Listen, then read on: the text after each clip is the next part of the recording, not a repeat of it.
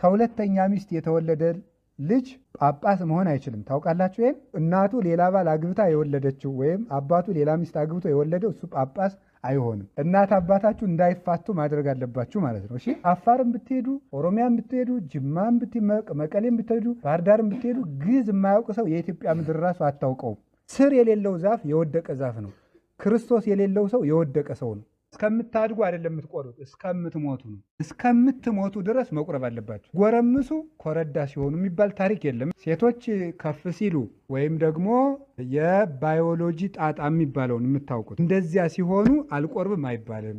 ወንዶችም ትልቅ ሲሆኑ አልቆርብም አይባልም። አልቆርብም ማለት አንድ ሰው ክርስቶስ ለእኔ ብሎ አልተሰቀለልኝም ከማለት ጋር እኩል ነው። ሁላችሁም እናት አባታችሁን እንዲቆርቡ መምከር አለባችሁ። አባዬና እማዬ የማትቆርቡ ከሆነ ደርቃችኋል በሏቸው። እናት አባት ሙተው ትንሽ የሆነ ጊዜ እንለያያለን አይደል? እግዚአብሔር ግን ሙቶ አንለያይም። ሁልጊዜ አብሮን የሚኖር አባት ነው።